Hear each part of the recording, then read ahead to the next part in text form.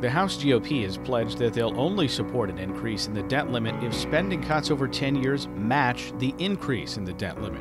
Right now, the spending cuts proposed have ranged from $2 to $4 trillion.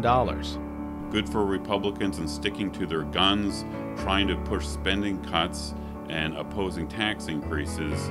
However, one pitfall is that Republicans may include smoke and mirrors or phony spending cuts in this $2 trillion total. They're not really spending cuts, they're reductions against this baseline of government. So instead of government growing at, say, 6% a year, it might grow at 5% a year. But that's at least some progress, assuming that they're not playing games with these baselines, which they do all the time. But if we can actually get some real reforms that at least slow down the growth of spending, then perhaps it might be worthwhile to increase the limit on Obama's credit card.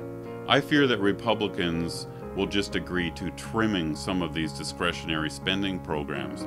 The problem with that is if the Democrats come back into power, they can simply reverse out those spending cuts and increase the discretionary spending again. The only way to make a real cut in the discretionary budget is to completely terminate these programs and rip out the original authorization that allowed the government to spend. It would be great not to increase the debt limit, because if you don't increase the debt limit, overnight you force, a 35% reduction in the size of the federal government. And certainly that would be very desirable, especially in the long run. Politically, there's no way even some of the supposed hardcore Republicans on the Hill would actually let that happen, because of the disruption would be very significant.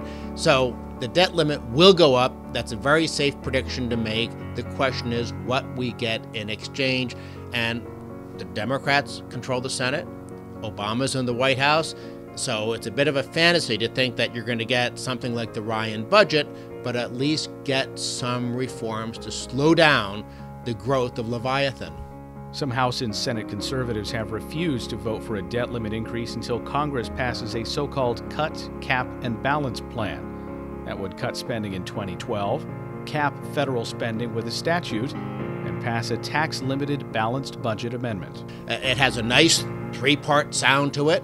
It's budget process reform, constitutional reform, and of course the immediate savings from slowing the growth of federal spending. Sounds nice. Again, you have the problem that Reid controls the Senate and Obama's in the White House. When Bill Clinton left office, federal government spending was consuming about 18.2% of GDP. Far too much, something that our founding fathers would be horrified about. But with the passage of time, I actually look back upon those days as the golden years, because under Bush and Obama, the federal government has exploded in size. We, of course, know, because it's more recent, about Obama's fake stimulus, the Obamacare legislation, things like that, the UAW bailout. But it began under Bush, from his very first year with the No Bureaucrat Left Behind education bill, and then it went on through the corrupt farm bills, the pork-filled transportation bills, the prescription drug entitlement, the TARP bailout. It doesn't matter whether you have an R after your name or a D after your name. If you're making government bigger, if you're giving politicians more control over the economy, you're going to worsen your fiscal situation, you're going to undermine your economy's performance, and that's how we've gotten in the current situation.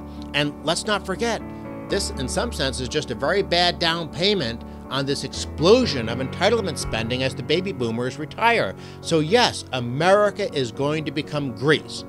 We are in desperate straits, which underscores why it is so critical every opportunity we have to try to figure out some way of taking that cost curve of government spending and somehow bending it downwards. And hopefully we'll get some reforms out of this debt limit fight.